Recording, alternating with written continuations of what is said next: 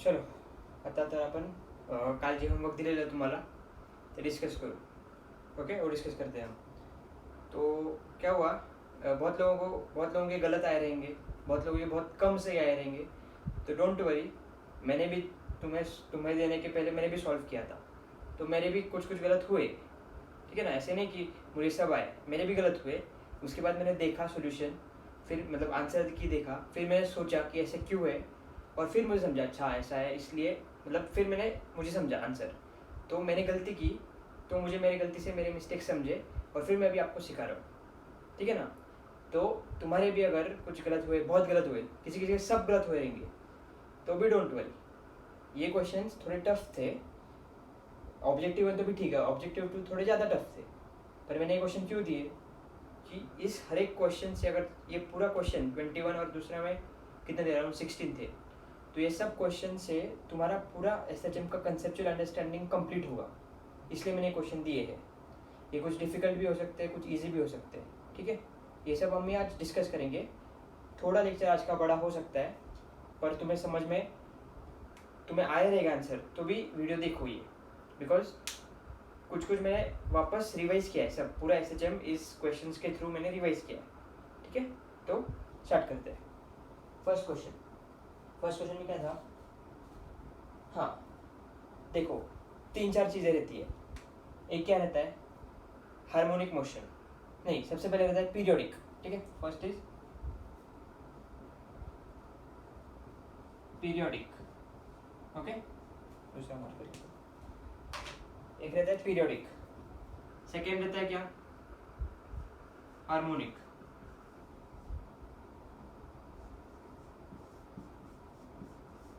Third is what,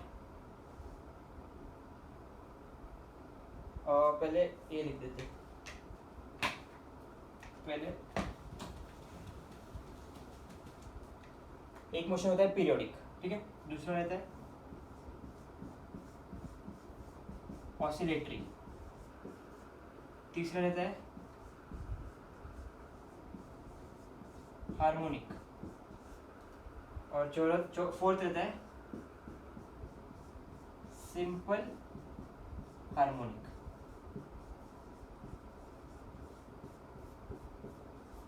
ठीक है, ये 4 चीजें हैं, periodic, oscillatory, harmonic, simple harmonic. अब इन सब में डिफरेंस देखते हैं. फाइनली क्लियर हो जाएगा ये डिफरेंस क्या है. पीरियोडिक मतलब क्या, ऐसा मोशन जो अपने सेम पाथ को वापस अगेन एंड अगेन उसी पाथ में जाता है इन स्पेसिफिक टाइम पीरियड. ठीक है ना, मतलब अभी अर्थ सन के अराउंड घूम रहा है, उसका शेप कैसा है, एलिप्स है. ठीक है ना, वो घूम रहा है हर साल, वो 365 डेज में ही घूमता है ना सन के अराउंड, तो मोशन पीरियडिक हो गई. ये फैन चल रहा है इधर, उसकी स्पीड मैंने 2 रखी है, अभी सपोज 2 पे रखा है, तो उसी स्पीड पे घूम रहा है वो, तो ये मोशन क्या है, पीरियडिक है. ठीक है ना, मतलब same path particular time interval के बाद अगर कोई मोशन रिपीट कर रही है तो उसको बोलेंगे पीरियडिक मोशन. ओके, समझा. पीरियडिक मोशन का मीनिंग क्लियर हुआ. Okay, second is oscillatory. Oscillatory मतलब क्या, टू एंड फ्रो मोशन, मतलब आगे जाना और पीछे जाना. ये कैसे भी हो सकता है, ये ठीक है, इधर जा रहा हूँ, फिर इधर आ रहा हूँ, फिर इधर जा रहा हूँ, फिर इधर आ रहा हूँ. ये ऑसिलेटरी मोशन है, टू एंड फ्रो, आगे जाना पीछे जाना. Circular motion is not oscillatory, क्योंकि गोल घूम रहा है. ठीक है ना, अगर सेमी सर्कल लेता, इधर जाके फिर से इधर आता, ऐसे जा रहा है फिर ऐसे आ रहा है, तो दैट इज ऑसिलेटरी. मैंने पहले भी बताया ऑसिलेटरी का, वापस बता रहा हूँ. कोई भी मोशन जो टू एंड फ्रो हो रही है दैट इज ऑसिलेटरी. बस इतना ही ऑसिलेटरी में है. तो every oscillatory motion is periodic. ऐसे नेसेसरी है क्या, हाँ, मोस्ट ऑफ द केसेस में ऐसा ही होता है. Every oscillatory motion is periodic, but there are exceptions जो मैं बताता हूँ आगे धीरे धीरे. पर मोस्टली ऑसिलेटरी पीरियोडिक होते हैं, मोस्टली, हाँ, नॉट ऑलवेज. तो ऑसिलेटरी का मीनिंग समझा तुम्हें, to and fro. Straight path कोई जरूरी नहीं है, स्ट्रेट पाथ हो ऐसे जरूरी नहीं है, कैसे भी पाथ हो सकता है, पर टू एंड फ्रो मोशन होनी चाहिए, उसको बोलते हैं हम oscillatory. Third is harmonic.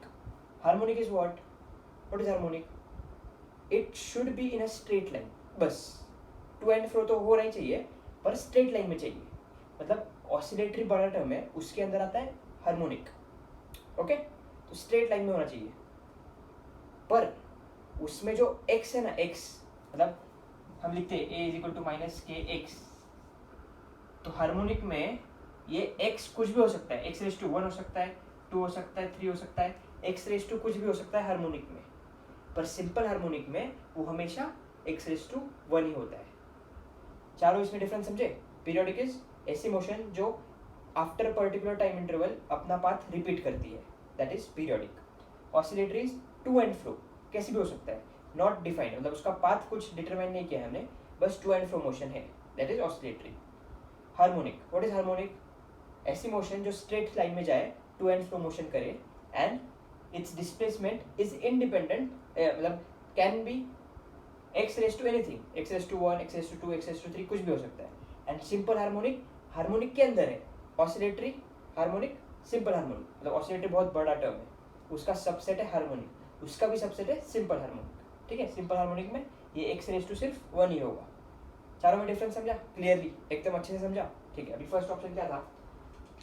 A simple harmonic motion is necessarily periodic, मतलब मैंने ऐसा ऑर्डर में क्यों लिखा है? ऑसिलेटरी का एक्सेप्शन छोड़ दो, ऑसिलेटरी में भी कुछ कुछ केसेस में पीरियोडिक नहीं रह सकती, पर मोस्ट ऑफ द केसेस में ऑसिलेटरी पीरियोडिक रहती है। हार्मोनिक जो है वो ऑसिलेटरी भी रहता है और पीरियोडिक भी रहता है, और सिंपल हार्मोनिक, हार्मोनिक भी होता है, ऑसिलेटरी भी होता है और पीरियोडिक भी होता है। ओके, समझा?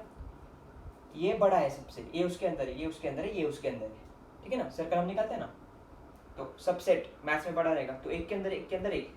तो फर्स्ट ऑप्शन क्या है? A simple harmonic motion is necessarily periodic, is necessarily periodic, obviously। Simple harmonic रहेगा तो वो उसका पाथ एक पर्टिकुलर पीरियड के बाद उसने रिपीट करना ही चाहिए, तो simple harmonic motion is periodic, बराबर है। सेकेंड क्या है? Simple harmonic motion is oscillatory, is necessarily oscillatory, बराबर है। थर्ड क्वेश्चन क्या है? थर्ड ऑप्शन क्या है? An oscillatory motion is necessarily periodic. हाँ, ये मोस्ट ऑफ द केसेस में ट्रू है, इसमें भी ट्रू मान सकते हैं, पर क्या होता है कभी कभी ऑसिलेटरी में, हमने एक देखा था डैम्प्ड ऑसिलेशन करके, डैम्प्ड और फोर्स्ड ऑसिलेशन देखा था, है ना। मतलब ये इसमें कंसिडर कर भी सकते हो, मतलब सी आप करेक्ट मान भी सकते हो, पर इन्होंने सी आंसर नहीं दिया है। क्यों नहीं दिया मैं बता रहा हूँ तुम्हें, कि कभी कभी ऑसिलेशन डैम्प्ड होता है, पेंडुलम के कैसे एयर रेजिस्टेंस है, धीरे धीरे धीरे धीरे कम कम कम होते जाएगा, है ना। इसलिए ऑसिलेटरी, अभी सिंपल हार्मोनिक डैम्प नहीं होगा। सिंपल हार्मोनिक तुम बोल सकते हो, अभी स्प्रिंग भी उधर फ्रिक्शन है तो धीरे धीरे कम कम होगा उसका एम्पलीट्यूड, पर फिर उसको हम सिंपल हार्मोनिक नहीं बोलेंगे, है ना। ऑसिलेटरी क्या है? अगर एक पेंडुलम है, वो पेंडुलम घूम रहा है, उसमें कुछ एयर फ्रिक्शन नहीं है, एम्पलीट्यूड सेम ही है, तो भी उसको ऑसिलेटरी बोलेंगे, और डैम्प हो रहा है तो भी उसको ऑसिलेटरी बोलेंगे। पर सिंपल हार्मोनिक में वैसा नहीं है, सिंपल हार्मोनिक में फ्रिक्शन नहीं चाहिए तो ही उसको सिंपल हार्मोनिक बोलेंगे। समझ रहे हो मेरी बात, समझ रहे हो? हाँ, तो ऑसिलेटरी मोशन में अगर डैम्पर हो रहा है, तुम झूला झूल रहे हो और हर बार धीरे एम्पलीट्यूड कम कम होती है, तो और मतलब ऑसिलेटरी मोशन जो है वो हर बार पीरियडिक होगी ऐसा नेसेसरी नहीं है, समझा ना। फोर्स ऑसिलेशन हो सकता है, धकल रहा है पीछे से कोई, ढकल रहा है तो बढ़ रहा है ऐसा, एम्पलीट्यूड बढ़ रहा है, स्पीड भी बढ़ रही है उसकी, तो उसको पीरियडिक नहीं होगा उस केस में, ठीक है। तो सी ऑप्शन रॉन्ग है। और डी ऑप्शन क्या है? Periodic motion is necessarily oscillatory, नहीं, ऑब्वियसली नहीं है, क्योंकि पीरियोडिक सर्कुलर भी हो सकता है, एलिप्स में भी हो सकता है, और ऑसिलेटरी भी हो सकता है, पर ऑलवेज पीरियोडिक ऑसिलेटरी रहेगा ऐसा नेसेसरी नहीं है, ठीक है। तो ऑप्शन क्या हुआ? A and B. तो फर्स्ट का आंसर हुआ ए एंड बी, ठीक है।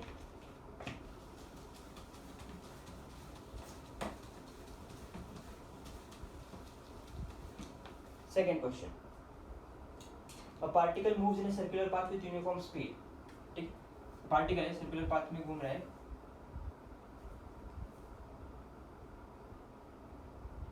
ओके, ठीक है। तो सर्कुलर पाथ में घूम रहा है, तो उसका मोशन कैसा है, ठीक है। फर्स्ट इज, मैंने गलती से अभी ऑब्जेक्टिव 2 स्टार्ट कर दिया, तो फिर ये मैं लेक्चर बाद में डालता हूँ, ठीक है। और फिर ये लेक्चर होने के बाद स्टॉप करता हूँ, फिर दूसरा लेक्चर 1 की जगह पे डालता हूँ, ठीक है। तो ये ऐसे बोला है कि यूनिफॉर्म सर्कुलर मोशन में घूम रहा है और यूनिफॉर्म स्पीड है, तो ये मोशन कैसी है? पीरियोडिक है, बराबर। Every time it is repeating its path, है ना, रिपीट कर रहा है उसके पाथ को, तो ये क्या हुआ? पीरियोडिक मोशन हुई है। तो ये सिंपल हार्मोनिक है क्या, नहीं है। ऑसिलेटरी है क्या, नहीं है। हार्मोनिक है क्या, नहीं है। ठीक है। एंगुलर हार्मोनिक है क्या, नहीं है। एंगुलर हार्मोनिक मतलब कैसे रहता है ना, वो टॉर्शनल पेंडुलम मैंने नहीं पढ़ाया क्योंकि तुम्हारा रोटेशनल मोशन नहीं हुआ है, टॉर्क वगैरह नहीं हुआ है, तो उसके लिए वो लगेगा, तो मैंने वो बाद में पढ़ूंगा मैं। पर सिंपल एक एग्जांपल अगर सोचना है तुम्हें, तो अगर हम झूले पे बैठते और ऐसे गोल गोल घूमते और छोड़ते, तो हम रोटेट होते हैं ना ऐसे जोर जोर से, फिर रोटेट होके दूसरे एंड में फिर और रोटेट होते, फिर रिवर्स रोटेट होते हैं ऐसा, तो वो टॉर्शनल पेंडुलम रहता है, तो उसको बोलते हैं एंगुलर हार्मोनिक मोशन। ठीक है। तो ये वैसे भी नहीं है, तो इसमें सिर्फ एक ही आंसर रहेगा, ए, पीरियोडिक। ओके, चलो नेक्स्ट क्वेश्चन क्या है।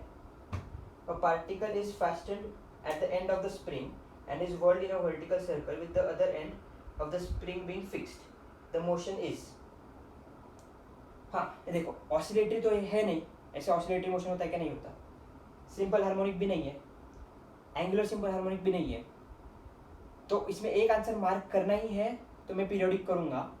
पर एक्चुअली पीरियोडिक भी नहीं हो सकता, मतलब पीरियोडिक भी नेसेसरी नहीं वो पीरियोडिक हो, क्योंकि उन्होंने बोला नहीं है कि जो रोटेट कर रहा है, जो आदमी या फिर जो भी रोटेट कर रहा है वो कांस्टेंट वेलोसिटी रोटेट कर रहा है, ऐसे तो बोला नहीं है। या फिर हर बार उसी टाइम पे वो सर्कल का पाथ कंप्लीट होता है, ऐसा भी बोला नहीं है। पिछले क्वेश्चन में कैसे बोला था कि यूनिफॉर्म सर्कुलर मोशन में घूम रहा है, इसमें से कुछ बोला नहीं है। तो इसमें अगर नन ऑफ दिस ऑप्शन रहेगा तो मैं नन ऑफ दिस मार्क करूंगा, पर अगर एक सिलेक्ट करना ही है तो फिर पीरियोडिक कर सकते हैं हम सिलेक्ट। ओके, पर ideally answer none of this चाहिए, समझे। ठीक है। अगला क्वेश्चन क्या है, सर्कुलर पाथ में घूम रहा है और उसकी स्पीड कंटिन्यूसली इंक्रीज हो रही है, तो वो अपना पाथ हर बार इक्वल टाइम में कवर करता है क्या? ऑब्वियसली नहीं। स्टार्टिंग में ज़्यादा टाइम लगेगा, बाद में कम टाइम लगेगा, उसके बाद और कम टाइम लगेगा, तो टाइम जो लगता है उसी पाथ को कंप्लीट करने के लिए वो कम होते जाएगा, तो वो पीरियोडिक भी नहीं है और बाकी के तो है ही नहीं, ऑसिलेटरी वो सब है ही नहीं, तो इसका नन ऑफ देम आएगा। ठीक है, चलो नेक्स्ट क्या है, the motion of torsional pendulum is. हाँ, टॉर्शनल पेंडुलम में बोला झूले पे हम बैठते हैं और आगे पीछे नहीं झूलते, ऐसा घूमते ऐसा और छोड़ देते, तो हम ऑपोजिट डायरेक्शन में घूमते हैं, वापस सेम डायरेक्शन में घूमते हैं। ये जो है, ये मोशन जो है, इसको बोलते हैं टॉर्शनल पेंडुलम जैसा मोशन। तो ये मुझे बोलो पीरियोडिक है कि नहीं है ना, क्योंकि ऐसे जा रहा है, वापस उतने टाइम में ही वापस इधर आ रहा है, वापस ऐसे जा रहा है, वापस ऐसे आ रहा है, तो ये पीरियोडिक है। ओके, ऑसिलेटरी भी है, तो मैंने ऑसिलेटरी की क्या बोला था, पाथ कुछ डिफाइन नहीं है कि स्ट्रेट चाहिए, कर्व चाहिए, ऐसे भी हो सकता है, ऐसे भी हो सकता है, तो ये ऑसिलेटरी भी है, पर ये सिंपल हार्मोनिक नहीं है। एंगुलर, देखो दूसरा ऑप्शन क्या है, एंगुलर सिंपल हार्मोनिक, ये एंगुलर सिंपल हार्मोनिक है, ठीक है ना, स्ट्रेट लाइन में तो नहीं जा रहा, एंगल में घूम रहा है, तो ये एंगुलर सिंपल हार्मोनिक मोशन है। तो इसके 3 ऑप्शन करेक्ट आएंगे, ए पीरियोडिक है, ऑसिलेटरी है, एंगुलर सिंपल हार्मोनिक है। ठीक है, फिर अगला क्वेश्चन है, which of the following quantities are always negative in SHM। ठीक है, डॉट प्रोडक्ट का पूछा, डॉट प्रोडक्ट सब डॉट के है ना, तो पहला है F.A। अब मुझे बोलो F.A क्या होता है, FA cos थीटा ना, कोई भी डॉट प्रोडक्ट का क्या रहता है, FA मतलब AB cos थीटा, तो ये नेगेटिव कब रहेगा, जब ये थीटा की वैल्यू 180 होगी तभी, या फिर 90 से ज़्यादा होनी चाहिए थीटा की वैल्यू, तभी ये क्वांटिटी नेगेटिव आएगा, बराबर। अभी ये ऑप्शन देखो, F और A, F जिस डायरेक्शन में रहता है उसी डायरेक्शन में तो एक्सेलरेशन है ना, बराबर। या हम क्या लिखते हैं, F is equal to minus KX और A is equal to minus omega square X, तो दोनों में माइनस है, तो दोनों की डायरेक्शन सेम ही है, मतलब F जिस डायरेक्शन में लग रहा है उसी डायरेक्शन में एक्सेलरेशन है, तो अगर ये सेम डायरेक्शन में तो cos 0 हो गया, cos 0 क्या है, तो ये वैल्यू नेगेटिव हो सकती है क्या, नहीं, हमें वैल्यू 90 से ज़्यादा चाहिए थीटा की, हो गया। B is what, V cross R, V dot R कैसे होता है, देखो अभी ये SHM हो रहा है, ये जब आगे जा रहा है तो इसका डिस्प्लेसमेंट क्या है, पॉजिटिव है, ये 0 है, डिस्प्लेसमेंट पॉजिटिव है, और वेलोसिटी भी पॉजिटिव है, तो V डॉट आर नेगेटिव होगा क्या, नहीं होगा, पॉजिटिव होगा, ठीक है ना। पर अगर ये वापस यहाँ पे आ रहा है, वापस वहाँ पे जाके यहाँ पे आ रहा है और इसी पॉइंट पे है और यहाँ पे आ रहा है, पर उसका आर तो पॉजिटिव ही रहेगा क्योंकि वो पॉजिटिव में ही है, आर पॉजिटिव रहेगा, पर वी नेगेटिव हो जाएगा क्योंकि नेगेटिव डायरेक्शन में है वी, तो वी नेगेटिव हो जाएगा, तब वी डॉट आर नेगेटिव होगा। पर इस केस में नेगेटिव है क्या? नहीं है, पॉजिटिव है। तो हम ऐसा नहीं बोल सकते कि V dot are can always be negative, ऐसा बोलना सही होगा क्या? नहीं है। कभी कभी वी डॉट आर पॉजिटिव हो सकता है, कभी कभी वी डॉट आर नेगेटिव हो सकता है, क्योंकि जब दोनों एक ही डायरेक्शन में जा रहे हैं, मतलब आर इधर जा रहा है और वेलोसिटी भी इधर है, तो 0 डिग्री दोनों में, ठीक है ना। पर आर इधर है, मतलब आर पॉजिटिव डायरेक्शन में ही, 0 के आगे ही आर और वेलोसिटी यहाँ पे, तो दोनों के बीच में 180 डिग्री का डिफरेंस है, तब वो नेगेटिव होगा। पर हर बार नेगेटिव होगा इससे ज़रूरी नहीं है, इसलिए 6 का आंसर है C and D. Okay, seventh में क्या है? Which of the following are quantities are always positive, ठीक है। तो ए ऑप्शन देखा हमने, ऑलवेज पॉजिटिव के लिए थीटा कितना चाहिए? लेस देन 90 चाहिए ना, बराबर ना, क्योंकि कॉस थीटा में पॉजिटिव चाहिए, तो 0 डिग्री चाहिए हमें एंगल। तो एफ और ए में एंगल 0 डिग्री है, बराबर, तो F A cos theta positive होगा। वी और आर हमने अभी देखा, कभी पॉजिटिव हो सकता है, कभी नेगेटिव हो सकता है, तो वी और ए आर गए।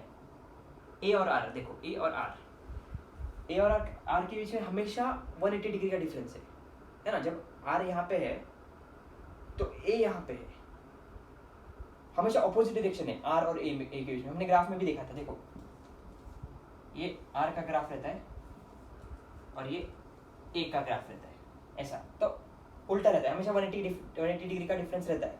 तो cos 180 नेगेटिव आएगा, तो c तो नेगेटिव आएगा हर बार, और d भी नेगेटिव आएगा, क्योंकि f और a की डायरेक्शन सेम ही है, f और a, तो f और r में भी 180 का ही डिफरेंस रहेगा, ठीक है ना। तो 7th का आंसर सिर्फ a होगा। अभी 8th में क्या पूछा है?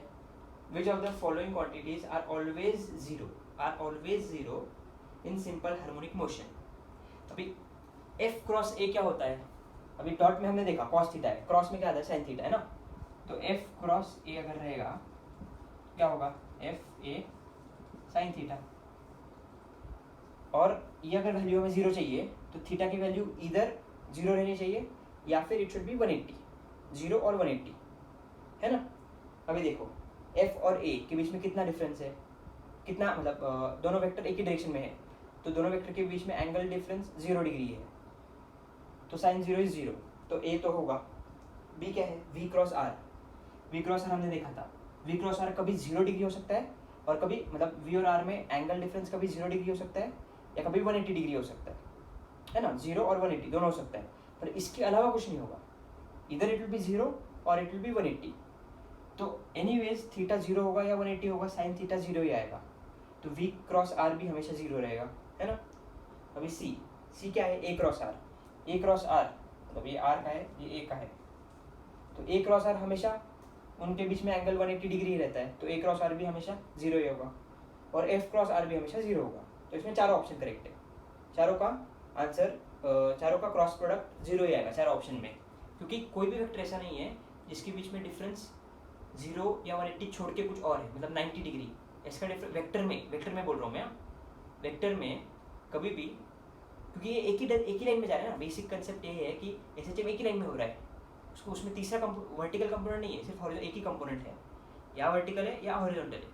तो जो भी एक्ट करेगा उस पर, वेलोसिटी, डिस्प्लेसमेंट, एक्सेलरेशन, वो इसी लाइन के अलोंग एक्ट करेगा। और क्रॉस प्रोडक्ट के लिए क्या चाहिए हमें? 2 अलग प्लेन में चाहिए, एक्स में एक चाहिए, वाई में एक चाहिए, तो ही क्रॉस प्रोडक्ट कुछ होता है ना। राइट हैंड थंब रूल तुम लगाते हो, तो एक वेक्टर और दूसरा वेक्टर 2 अलग प्लेन में चाहिए, सॉरी, मतलब एक प्लेन में 2 अलग लाइन में चाहिए, एक ही लाइन में नहीं चाहिए। वो रिक्वायर है ना, क्रॉस प्रोडक्ट को कुछ वैल्यू आने के लिए हम x क्रॉस y ऐसा करते हैं, पर इसमें सब एक ही डायरेक्शन में, एक तो दोनों सेम डायरेक्शन में या ऑपोजिट डायरेक्शन में, तो लाइन एक ही है ना, इसलिए इसमें हर ऑप्शन में क्रॉस प्रोडक्ट 0 होगा, ठीक है।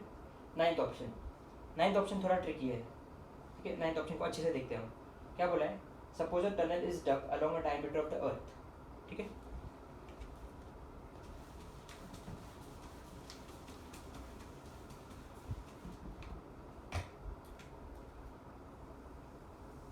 तो ये अर्थ है, इसके डायमीटर के अलोंग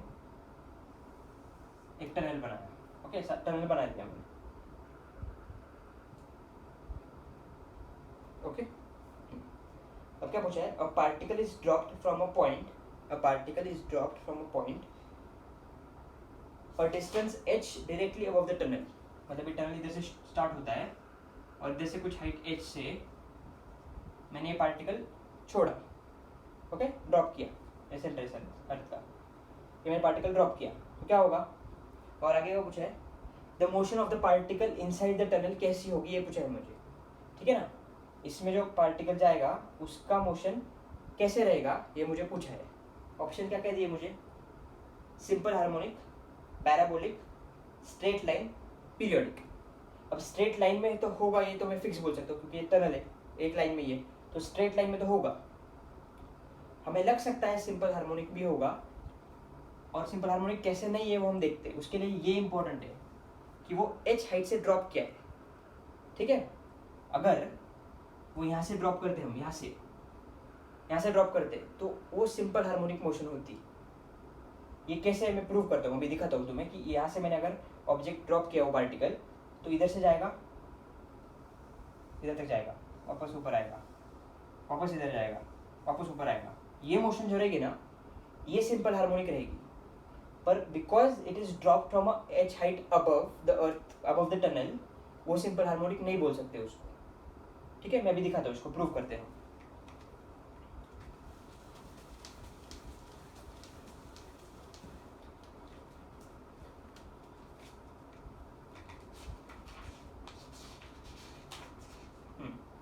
ठीक है, तो अब ये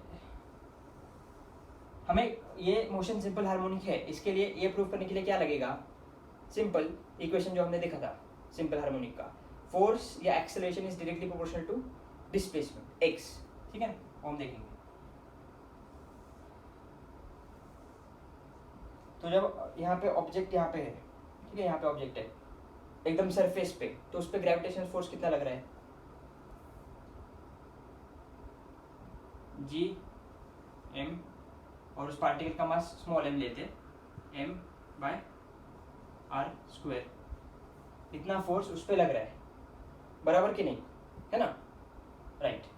अब वो पार्टिकल सपोज यहाँ पे है और ये डिस्टेंस हम लेते x, ओके। तो यहाँ पे अर्थ बनाते हैं, मतलब अर्थ का कुछ पार्ट बनाते हैं, यहाँ पे पार्ट बनाते हैं, ओके। चलो, तो अब ये हमें पता है, ठीक है। आगे क्या है, अभी हमें क्या निकालना है, इस अर्थ का, इतने पार्ट ऑफ अर्थ का मास कितना रहेगा ये हमें निकालना है। ये कैसे निकालेंगे हम, हमें पता है mass is equal to density into volume, okay. Volume, earth क्या है, स्फीयर है, स्फीयर का वॉल्यूम क्या रहता है 4/3 πr³, ठीक है ना। और ये डेंसिटी जो है, हमने डेंसिटी जो पूरे अर्थ की डेंसिटी है वो सेम ही है, ये कंसिडर करना है। तो अगर m इज इक्वल टू ये है, तो ये नया मास जो है, ये m मतलब पूरे अर्थ का मास है, तो इसका मास m डैश लिखते हैं हम, m डैश क्या रहेगा, रो 4/3 πx³ ना, x³ बराबर, क्योंकि इतने इसका रेडियस x ही है, तो ये इसका मास ये होगा, ओके।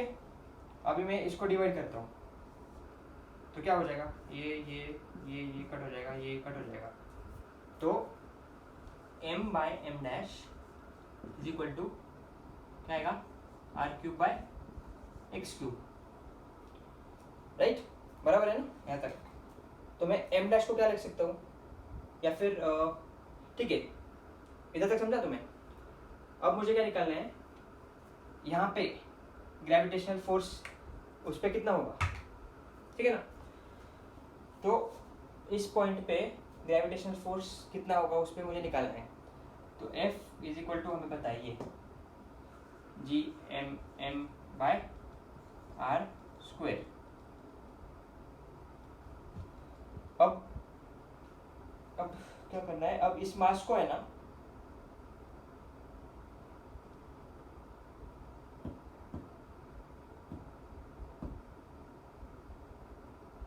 हाँ ठीक है, तो ये जो था F is equal to Gmm/r², ये जो फोर्स था ये सरफेस पे था, बराबर। अभी इस पॉइंट पे उस पर जो फोर्स लगेगा वो क्या होगा, Gm तो ये m डैश होगा क्योंकि इतने इसका मास लेंगे हम, बराबर, और यही रेडियस लेंगे, तो यहाँ पे r स्क्वायर की जगह हम x स्क्वायर लिखेंगे, बराबर। जैसे सरफेस पे इतना था g(m)/r², अब यहाँ पे g(m)' क्योंकि इतने इसका मास, m मतलब उसका मास तो सेम ही रहेगा, उस पार्टिकल का मास, अपॉन x स्क्वायर, ओके। अभी m' की वैल्यू हमें क्या मिलेगी यहाँ से, m' की जो मिलेगी वो यहाँ पे सब्स्टिट्यूट करेंगे, तो m' क्या आएगा, mx³/r³, ये हम यहाँ पे डालेंगे, ठीक है। तो क्या आएगा, f = g mx³ m/r³ और x स्क्वायर। समझ रहे हैं तक, समझा, बराबर है ना ये। अब देखो ये x स्क्वायर गया और ये क्यूब गया इधर का, तो इधर सिर्फ x⁻1 रहेगा, ठीक है। तो मैं f को क्या लिख सकता हूँ, g m/r³ और यहाँ पे x आएगा, बराबर है ना। तो f और x डायरेक्टली प्रोपोर्शनल आया हमें, x⁻² कुछ नहीं है, x⁻2 3 ऐसा कुछ नहीं है, डायरेक्टली प्रोपोर्शनल टू x है, तो क्या है हमें f directly proportional to x, और यही इक्वेशन है सिंपल हार्मोनिक के लिए। मतलब अगर हम ये प्रूव कर सके कि वन क्वांटिटी मतलब x a या f is directly proportional to x, तो that becomes a simple harmonic motion. तो ये मोशन कैसे होगी, सिंपल हार्मोनिक। कब सिंपल हार्मोनिक होगी, वही मैं बोल रहा हूँ कि अगर यहाँ से मैंने ड्रॉप किया तो वो सिंपल हार्मोनिक मोशन रहेगी, पर क्वेश्चन में क्या बोला है, देखो यहाँ से मैंने ड्रॉप किया, तो यहाँ से ड्रॉप किया तो क्या होता है पता है क्या, इधर से इधर तक जो उसकी मोशन है वो सिंपल हार्मोनिक, मतलब वो x के साथ वेरी नहीं होती है, इधर से इधर आने तक उस पर फोर्स इतना ही लग रहा है, r+h होगा एक्चुअली, है ना, नीचे r+h का स्क्वायर होगा, ग्रेविटेशन में तुमने पढ़ा रहेगा ना। तो फोर्स = g(m)/r+h का स्क्वायर होगा इधर, इस पॉइंट तक, यहाँ से यहाँ तक, तो वो h के स्क्वायर से बदल रहा है जो फोर्स है, जैसे जैसे हाइट कम हो रही है वैसे स्क्वायर के टाइम्स में उस पर फोर्स ज़्यादा लग रहा है, तो सिंपल हार्मोनिक होगा क्या, नहीं होगा। जब वो यहाँ से यहाँ तक आ रहा है तब वो सिंपल हार्मोनिक नहीं होगा, इसके बाद यहाँ से यहाँ तक वो सिंपल हार्मोनिक होगा, पर वापस यहाँ से वो यहाँ तक जाएगा, ये h, तो उसका मोशन कैसा होगा, देखो इधर से स्टार्ट होगा, इधर जाएगा, वापस इधर आएगा, वापस इधर जाएगा, वापस इधर आएगा। इसके अंदर जो है, इसके अंदर सिंपल हार्मोनिक है, पर इसके बाहर it is not simple harmonic, okay, got it. तो ये मोशन सिंपल हार्मोनिक इसको नहीं बोल सकते क्योंकि उसका जो पार्ट है थोड़ा सा वो सिंपल हार्मोनिक नहीं है, तो इस पूरे मोशन को हम सिंपल हार्मोनिक नहीं बोल सकते। क्यों नहीं बोल सकते, मैंने वापस बोल रहा हूँ मैं कि वो कुछ हाइट से छोड़ा है और उस हाइट से सरफेस तक उसका जो फोर्स है वो r+h स्क्वायर इनवर्स के स्क्वायर के साथ वेरी होगा, समझ रहे हो। इसके अंदर जब जाएगा ना तो वो force is directly proportional to x, ये हमने देखा है इधर। तो इसके अंदर जाने के बाद कुछ नहीं, इसके अंदर जाने के बाद SHM ही होगा, पर जब तक वो अर्थ के बाहर है, वो टनल के बाहर है, तब उसका फोर्स इनवर्सली और स्क्वायर के साथ वेरी हो रहा है, इसलिए this motion is not simple harmonic but this motion is periodic. क्यों, क्योंकि इधर से इसको इधर से इधर जाने में जितना टाइम लगेगा, अगले बार भी उसको इधर से इधर जाने में उतना ही टाइम लगेगा, तो हर मोशन में उसको टाइम सेम ही लग रहा है, तो वो रिपीट करेगा अपना पार्ट, इधर से नीचे आएगा फिर ऊपर आएगा, फिर नीचे आएगा फिर ऊपर आएगा। तो ये पीरियोडिक है motion, this is periodic but this is not simple harmonic, समझ रहे हो मेरी बात। तो ये स्ट्रेट लाइन में है और पीरियोडिक है, बाकी कोई भी ऑप्शन नहीं है बराबर। बाकी ऑप्शन में क्या है, पैराबोलिक तो है नहीं और सिंपल हार्मोनिक भी नहीं है, तो स्ट्रेट लाइन हुआ और पीरियोडिक हुआ, ये दो चीजें, सिंपल हार्मोनिक नहीं है। चलेगा, इसको ऑसिलेटरी बोल सकते हो क्या तुम, बोल सकते हो, ऑप्शन में नहीं पूछा है पर इसको ऑसिलेटरी भी बोल सकते है ना। ऑसिलेटरी मतलब क्या, टू एंड फ्रो, बस इतना ही है। तो टू एंड फ्रो जा रहा है बस, उसमें कुछ ये नहीं कि x के साथ कैसे चाहिए उसका रिलेशन, x⁻1 चाहिए 2 चाहिए, ऐसा कुछ नहीं, बस उसने अपना पाथ वापस रिपीट करना चाहिए और टू एंड फ्रो मोशन चाहिए, सर्कुलर नहीं चाहिए, टू एंड फ्रो चाहिए। तो ये मोशन टू एंड फ्रो है, तो ये ऑसिलेटरी भी है, गॉट इट, ओके। नेक्स्ट आगे का question, for a particle executing SHM the acceleration is proportional to, okay, the acceleration is proportional to हमें पता है acceleration proportional to displacement of from mean position, ये तो हमें पता है। डिस्टेंस फ्रॉम मीन पोजीशन क्यों नहीं है, distance travel from mean position, क्योंकि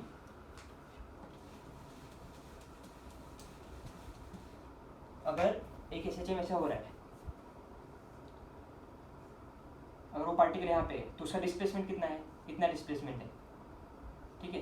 पर अगर सपोज वो पार्टिकल यहाँ पे जाके फिर यहाँ पे आ रहा है, तो उसका डिस्प्लेसमेंट इतना ही है, पर उसका डिस्टेंस कवर कितना होगा, इतना प्लस इतना हुआ। पर उस पर जो एक्सेलरेशन लगेगा वो तो इसके ही डायरेक्टली प्रोपोर्शनल है, इसके डायरेक्टली प्रोपोर्शनल नहीं है। तो डिस्टेंस कवर्ड के प्रोपोर्शनल नहीं होगा, सिर्फ डिस्प्लेसमेंट के प्रोपोर्शनल होगा एक्सेलरेशन। ओके, उन्होंने थोड़ी सी वर्डिंग्स में गलती की है। बी ऑप्शन में उन्होंने बोला डिस्टेंस फ्रॉम मीन पोजीशन, ऐसा नहीं बोलना चाहिए, distance travelled from mean position बोलना चाहिए। क्योंकि अभी यहाँ से तुम बोलोगे डिस्टेंस फ्रॉम मीन पोजीशन कितना है, तो यहाँ से इतना ही है distance from mean position. Distance travelled from mean position अगर बोलते हैं वो, तो हमें समझता है कि ये और ये इतना पूरा है, ठीक है ना। तो उतना समझ लो, तुम थोड़ा सा करेक्शन कर लो, उधर से चाहिए distance travelled from mean position. Okay, तो डिस्टेंस ट्रैवल्ड पे तो डायरेक्टली प्रोपोर्शनल है नहीं, हमें पता है। हमें इतना पता है कि मीन पोजीशन और उसमें कितना डिस्प्लेसमेंट है उसके ही डायरेक्टली प्रोपोर्शनल है, ठीक है ना। तो ए तो बराबर है, बी गलत है। सी क्या है, distance travelled since time zero, गलत है। क्योंकि टाइम जीरो के बाद अगर वो यहाँ से यहाँ पे जाता है, ट्रैवल कितना हुआ डिस्टेंस उसका, ये ए और ये ए, 2a उसने ट्रैवल कर लिया। पर अभी जहाँ पे जब यहाँ पे उसके फोर्स कितना लग रहा है, एक्सेलरेशन कितना लग रहा है, 0, तो कुछ नहीं, तो प्रोपोर्शनल नहीं है। और स्पीड के प्रोपोर्शनल नहीं होता, पता है हमें, ठीक है। Next question, a particle moves in the XY plane according to the equation दिया है उन्होंने, the motion of the particle is, ठीक है। अब तुम क्या करो, वो I+2j, ये तो कांस्टेंट है, और a भी ये कांस्टेंट है, तो I+2j और a, ये इसको ये कांस्टेंट है, और आगे क्या है cos ओमेगा t, तो इसको मैं क्या लिख सकता हूँ, a' cos ओमेगा t लिख सकता हूँ ना। वो पूरे इसको I+2j a को मैंने a' अगर a' में कन्वर्ट कर लिया, तो उसका इक्वेशन क्या होगा, r = a' cos omega t। तो ये किसका इक्वेशन है, SHM का इक्वेशन है, तो ये SHM है। अब इसका पाथ देखने के लिए हम देखते हैं क्या करना है।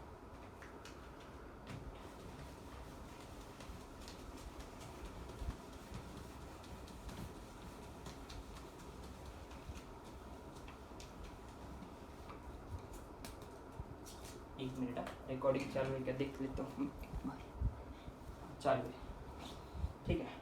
तो हमें क्या देखना था, हाँ क्या दिया equation, I+2j a, I+2j a cos of omega T ना। अब देखो, अब मैं ये निकालता हूँ,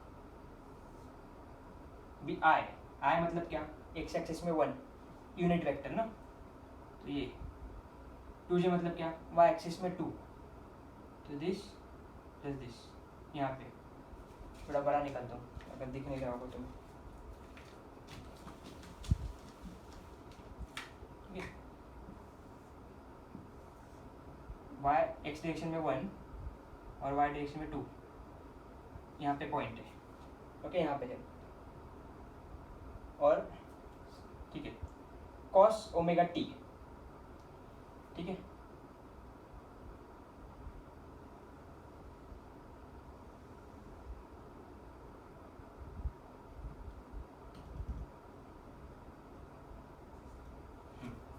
ऐसे मोशन है पार्टिकल की, देखो अभी cos ओमेगा टी, तो ओमेगा टी को तुम क्या लोगे, 0 लोगे, ठीक है। अगर 0 लोगे तो cos 0 क्या होगा, 1, तो पार्टिकल कहाँ पे, I+2j a पे है।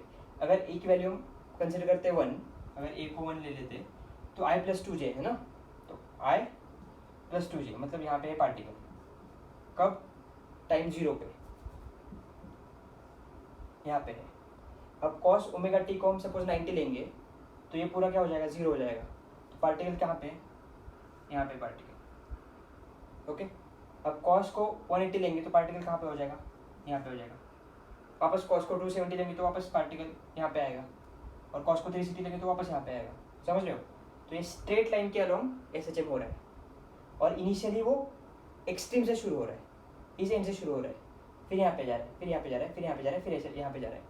तो ये इक्वेशन एक्चुअल में SHM का ही है, क्योंकि ये तो एक कांस्टेंट है ना, a dash cos omega t।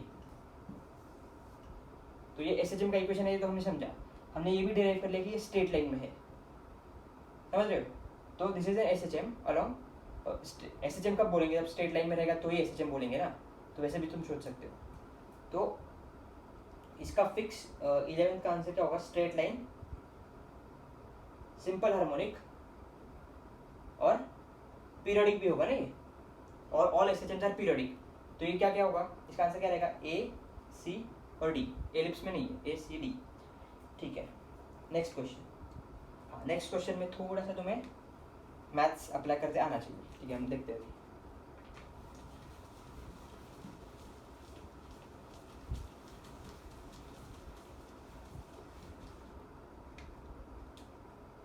हाँ, इक्वेशन क्या दिया है SHM का, x is equal to x naught sine square omega t, ठीक है। अभी हमें लगेगा कि x स्क्वायर है, साइन स्क्वायर है, सॉरी, तो ये इक्वेशन नहीं है SHM का, पर हम इसको साइन स्क्वायर को कन्वर्ट करेंगे ठीक है।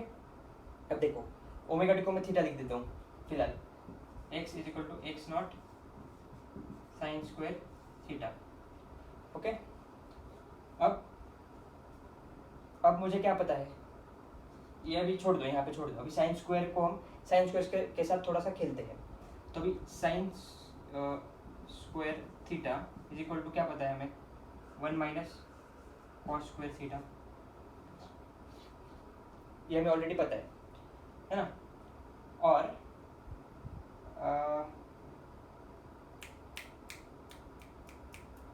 ठीक है,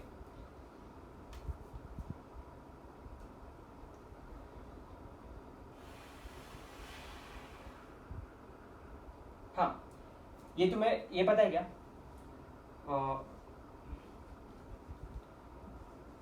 cos 2 theta is equal to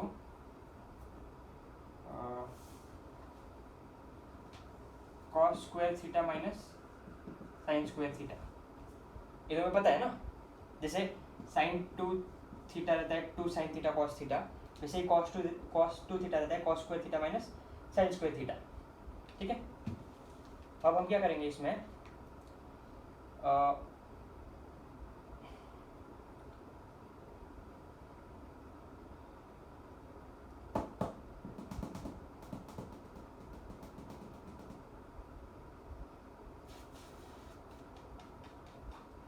sign square theta को 1 माइनस कॉस स्क्वायर थीटा लिख सकते हैं, नहीं वैसा नहीं करेंगे, कॉस स्क्वायर थीटा को 1 माइनस साइन स्क्वायर लिखेंगे। तो cos 2 theta is equal to 1 minus sine square theta minus sine square theta, बराबर, इतना समझा। कॉस स्क्वायर को मैंने ये इधर लेके गया हूँ मैं, और 1 माइनस साइन स्क्वायर थीटा, तो कॉस स्क्वायर थीटा को 1 माइनस साइन स्क्वायर थीटा लिखा, माइनस साइन स्क्वायर थीटा, तो क्या होगा, cos 2 theta is equal to 1 minus 2 sine square theta, है ना। तो क्या होगा, 2 sine square theta is equal to 1 minus cos 2 theta, बराबर। तो sine square theta will be equal to half minus cos square theta by 2,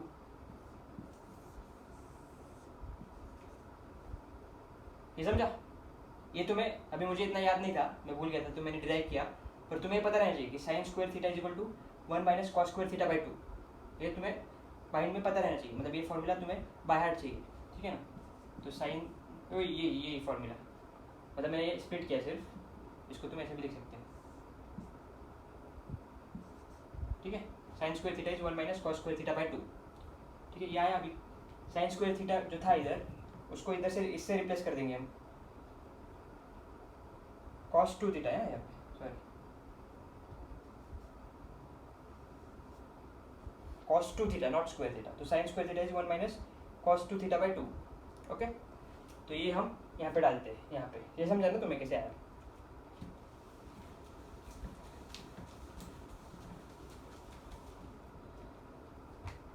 तो x is equal to x naught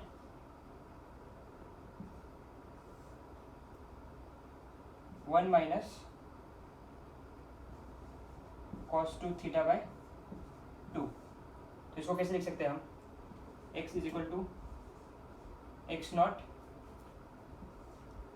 half minus cos two theta by 2। तो half को बाहर लेके आते हैं तो क्या हो जाएगा, मतलब x को मल्टीप्लाई करते हैं, एक्स नॉट इंटू हाफ और x naught into cos two theta by 2। तो x is equal to x naught by 2 minus x naught by 2 cos two theta. ये हमारा इक्वेशन आया है। ओके, तो हम क्या करेंगे, अभी थीटा को ओमेगा टी से रिप्लेस कर देंगे वापस। तो क्या हो जाएगा, x is equal to x naught by 2 minus x naught by 2 cos 2 omega t. ये फाइनल इक्वेशन आया हमारा। समझा कैसे आया, स्टेप बाय स्टेप गए थे हम। ठीक है, तो अब क्या है, ये एक्स नॉट बाई 2 जो है ना, ये कांस्टेंट है, इसमें कुछ चेंज नहीं हो रहा है। ये इक्वेशन है एसएचएम का, ए कॉस ओमेगा टी, ए साइन ओमेगा टी, कुछ भी हो सकता है, कॉस भी हो सकता है ना। तो ये ए कॉस ओमेगा टी। तो इस इक्वेशन के अकॉर्डिंग उसका एम्पलीट्यूड कितना है, ये एम्पलीट्यूड है एक्स नॉट बाई 2, इस एसएचएम का एम्पलीट्यूड है। ओमेगा कितना है, 2 ओमेगा है, एक्चुअल में इसका ओमेगा 2 ओमेगा है, और टी टाइम पीरियड। तो एम्पलीट्यूड एक्स नॉट बाई 2 और ओमेगा 2 ओमेगा। तो ऑप्शन देखो, ए क्या है, एम्पलीट्यूड एक्स नॉट नहीं है, बी क्या है, एम्पलीट्यूड 2 एक्स नॉट, वो भी गलत है। अभी टाइम पीरियड निकलते हैं इसका, ठीक है ना। तो टाइम पीरियड क्या होता है, 2 पाई बाय ओमेगा, और ओमेगा कितना है इसमें, 2 ओमेगा है, तो 2 ओमेगा डाल देंगे, तो 2 cut, time period pi by omega. इसमें ये कौन सा है, डी ऑप्शन। डी ऑप्शन में T time period equal to pi by 2 omega, बराबर मैच हो गया। सी ऑप्शन नहीं है, ओनली डी इज करेक्ट, इसमें एक ही करेक्ट है। थोड़ा सा डिफिकल्ट था ये, पर तुम्हें अगर सिर्फ ये है ना साइन स्क्वायर ओमेगा टी को किससे रिप्लेस करना है, 1 minus cos two theta by 2। अभी ये तुम याद रखो, अगर याद नहीं था तो तुम्हें, तो उससे रिप्लेस कर दो बस, फिर आ जाएगा। ठीक है, next 13th, in simple harmonic motion first क्या है, potential energy is always equal to kinetic energy. नहीं, सबको पता है, गलत है।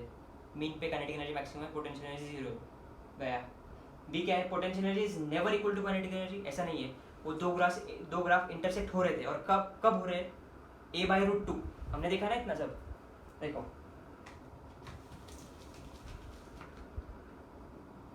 ये ग्राफ था और ये ग्राफ था, तो ये इंटरसेक्ट हो रहे हैं ना यहाँ पे, तो यहाँ पे इक्वल है, और ये क्या है, a बाई रूट 2 है।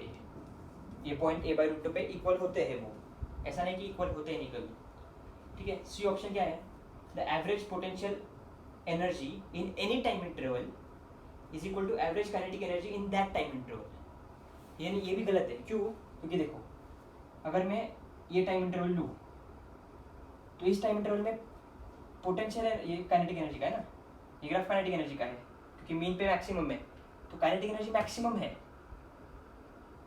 यहाँ पे, तो यहाँ पे उसका एवरेज बहुत ज़्यादा आएगा। पर उसी टाइम पीरियड में अगर पोटेंशियल एनर्जी लूँ तो उसका एवरेज बहुत कम आएगा। तो मैं ऐसा नहीं बोल सकता हूँ कि एक पर्टिकुलर टाइम इंटरवल में काइनेटिक एनर्जी एवरेज और पोटेंशियल एनर्जी एवरेज इक्वल होगा, ऐसा नहीं होगा।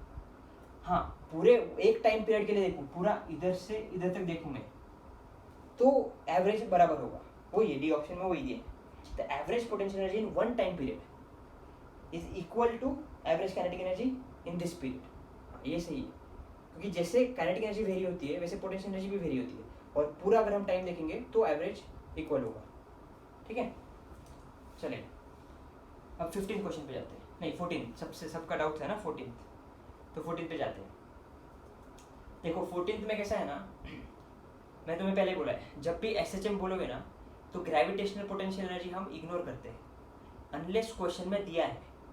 हमने ग्राफ भी सॉल्व किया था, देखो 0.01 उसका मिनिमम था पोटेंशियल एनर्जी और मैक्सिमम 0.04 था। तो 0.01 क्या था, ग्रेविटेशनल पोटेंशियल एनर्जी था, क्योंकि उस क्वेश्चन में दिया था वो।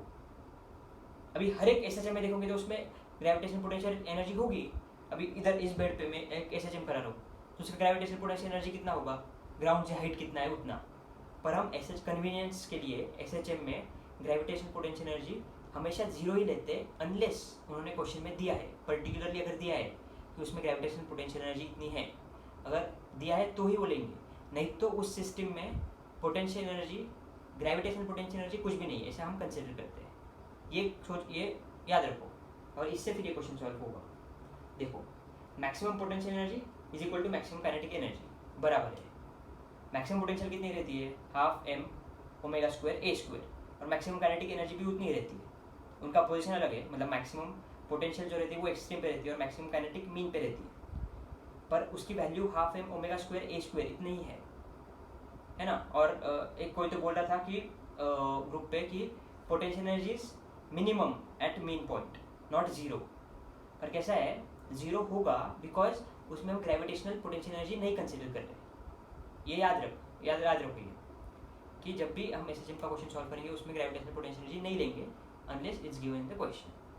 तो ए ऑप्शन समझा, ए बराबर है मैक्सिमम पोटेंशियल और मैक्सिमम काइनेटिक इक्वल रहेंगे।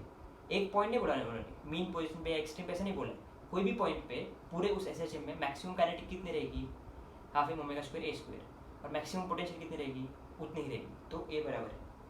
अभी B, minimum potential energy, mean पे मिनिमम पोटेंशियल एनर्जी मिनिमम रहती है, कितनी रहती है, जीरो, और एक्सट्रीम पे काइनेटिक रहती है जीरो, है ना। तो मिनिमम पोटेंशियल और मिनिमम काइनेटिक ये सेम है, तो बी भी बराबर है। अब minimum potential equal to maximum kinetic नहीं, गलत है, और maximum potential equal to minimum kinetic ये भी गलत है ना। मिनिमम काइनेटिक तो जीरो है और maximum potential half M omega square ए स्क्वायर है, तो इसमें दो आंसर करेक्ट है, ए और बी, समझा। Okay, 15th, an object is released from rest. The time it takes to fall through a distance h and the speed, हाँ draw करता हूँ।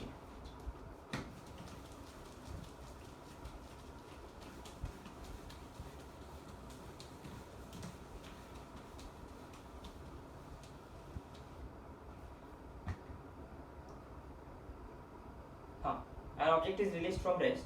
The time it takes to fall through a distance h and the speed of the object as it falls through the distance are measured with a pendulum clock. The entire apparatus is on the moon.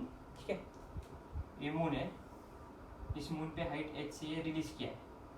अभी moon क्यों दिया है, moon का जी अलग रहता है ना, जी moon का अलग रहता है, 6 टाइम्स कम रहता है अर्थ से, तो यहाँ से मैंने रिलीज किया, तो ये ऑब्जेक्ट को नीचे गिरने में ज़्यादा टाइम लगेगा अर्थ पे से एज कम्पेयर टू अर्थ, बराबर।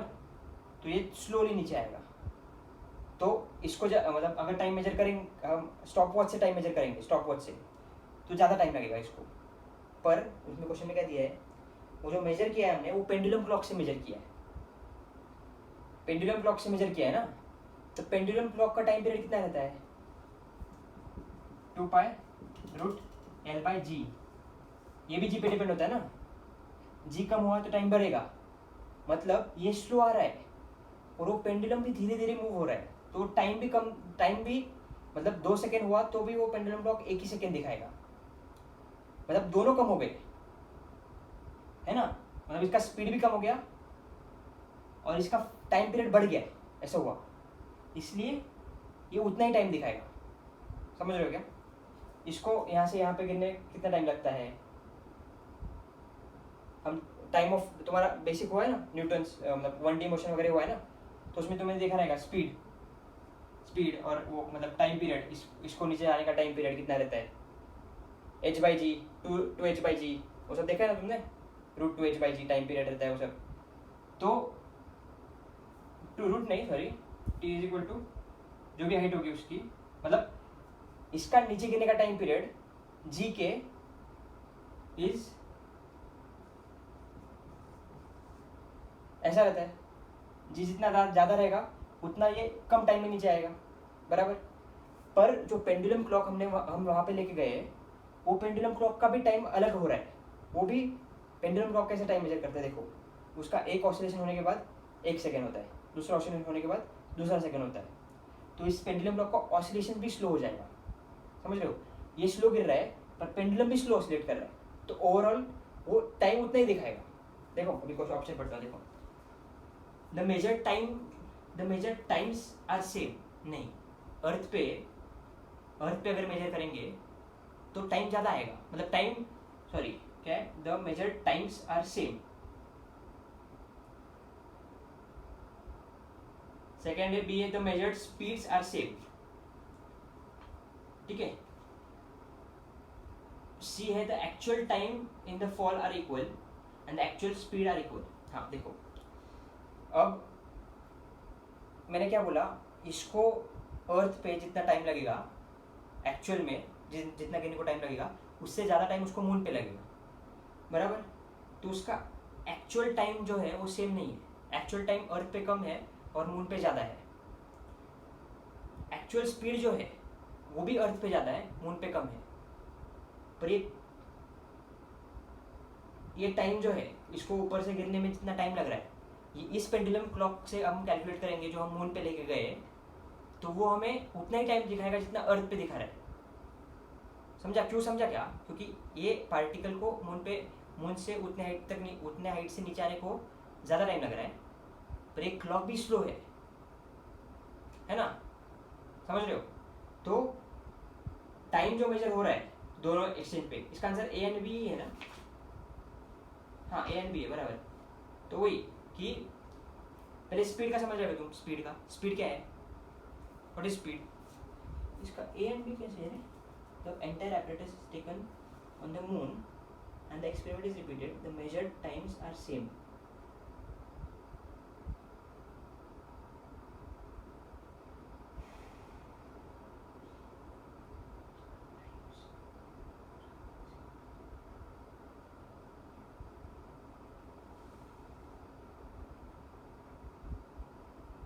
हाँ बराबर, ए एंड बी दोनों बराबर है। देखो अब सपोज हम ये कंसिडर करते हैं कि जी मून पे जी जो है वो इजी कन्वीनियंस के लिए 4 टाइम्स कम लेते हैं, ठीक है, 4 टाइम्स कम ले लेते जी। तो ये सपोज x है, ये डिस्टेंस x है, ये डिस्टेंस वो अर्थ पे 2 सेकेंड में कवर कर रहा था अर्थ पे, ओके। तो मून पे कितना टाइम लगेगा उसको, जी उसका 4 टाइम्स कम है तो g/4 है, तो उसको 2 टाइम्स ज़्यादा टाइम लगेगा। तो ये अर्थ है, ये मून है, तो मून पे उसको लग रहा है 4 सेकेंड्स एक्चुअल में ना, उसको 4 सेकेंड लग रहा है, इधर 2 सेकेंड्स लग रहा है, ठीक है। मतलब अर्थ पे उसका स्पीड ज़्यादा है, स्पीड इज मोर, यहाँ पे स्पीड इज लेस। ये दोनों एक्चुअल चीज़ है, एक्चुअल जो हो रही है वो,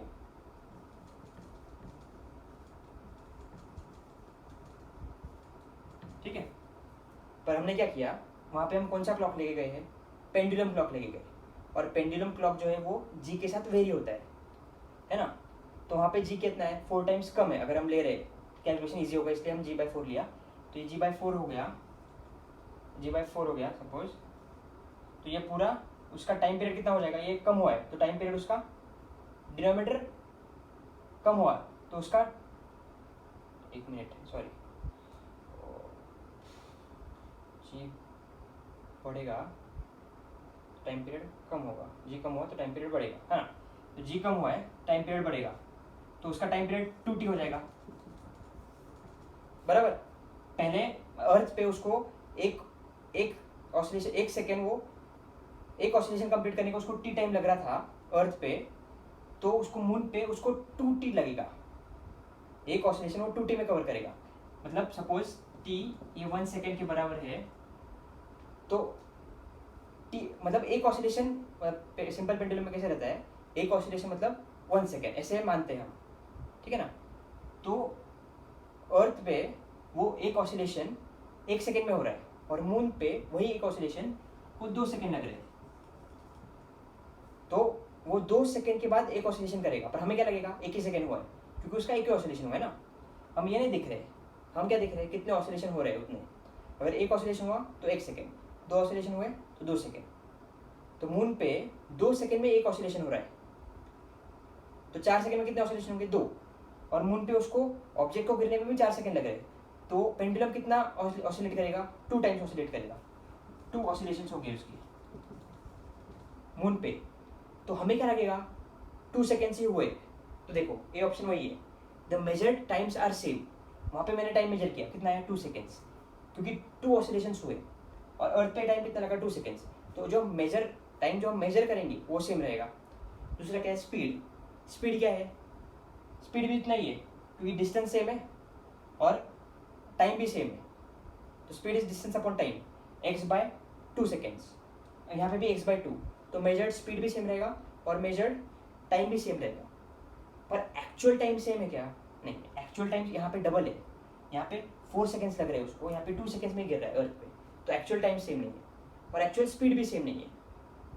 समझा, मैंने बहुत कंफ्यूज किया तुम्हें, पर फाइनल कंक्लूजन पे आ गए हम। फाइनल कंक्लूजन क्या है कि पेंडुलम भी स्लो ऑसिलेट हो रहा है, इसलिए हमें टाइम 2 सेकेंड का वो 1 सेकेंड दिखा रहा है, मतलब 2 सेकेंड होने के बाद वो बोल रहा है कि 1 ही सेकेंड हुआ है ना। इसलिए अगर ये सिंपल पेंडुलम नहीं होता तो फिर एक्चुअल और मेजर्ड सेम ही आता, मतलब एक्चुअल में अगर 4 सेकेंड लग रहे हैं तो मेजर में भी हम 4 सेकेंड लगेंगे उसको, ठीक है ना। चलेगा, अगला question, which of the following will change the time period as they are taken to moon। हाँ, इससे सब क्लियर हो जाएगा। पहला क्या है, सिंपल पेंडुलम, ठीक है, सिंपल पेंडुलम तो चेंज होगा उससे। सिंपल पेंडुलम क्यों बोलते हैं, क्योंकि थोड़ा सा उसमें मैंने क्या बोला था जब हमने ये डिराइव किया 2π√L/g, तो हमने क्या लिया, थोड़ा सा ही डिस्प्लेसमेंट लिया, ठीक है ना। और फिजिकल पेंडुलम मतलब क्या, उसमें थोड़ा ज़्यादा डिस्प्लेसमेंट हो सकता है। तो दोनों में, सिंपल पेंडुलम में भी और फिजिकल पेंडुलम में भी टाइम पीरियड का चेंज आएगा, दिखा रहा है टाइम पीरियड का चेंज, है ना। उनका टाइम मतलब 2 सेकेंड अर्थ का मून पे 1 सेकेंड हो रहा है अगर हम सिंपल पेंडुलम यूज करते हैं तो, या फिर फिजिकल पेंडुलम यूज करते हैं तो। पर अगर स्प्रिंग मास सिस्टम यूज करते हैं तो स्प्रिंग मास सिस्टम में टाइम पीरियड कितना रहता है, 2π√m/k। तो ये कहीं पर भी जी पे डिपेंड कर रहा है क्या, नहीं, तो ये 1 सेकेंड अर्थ पे जितना होगा उतना ही 1 सेकेंड मून पे होगा। और टॉर्शनल पेंडुलम में क्या है, उसमें भी ग्रेविटेशन का रूल नहीं आता, उसमें टॉर्शन का रूल आता है, मतलब ये रोप रहती है और रोटेट किया तो रोप पे कितना टेंशन आ रहा है उसके हिसाब से रहता है वो, तो उसमें भी ग्रेविटेशन का रूल नहीं है। तो सी और डी इनका टाइम पीरियड उतना ही रहेगा, अर्थ पे रहो या मून पे रहो। पर A and B, simple pendulum and physical pendulum, इनका टाइम पीरियड मून पे चेंज हो जाएगा, अर्थ पे अलग रहेगा और मून पे अलग रहेगा। समझा, थोड़ा कन्फ्यूजन हुआ पर फाइनली कंफ्यूजन समझाना तुम्हें, ओके। चलेगा, तो हमारा ऑब्जेक्टिव 2 हो गया, अभी हम ब्रेक लेते हैं, उसके बाद ऑब्जेक्टिव 1 देखेंगे।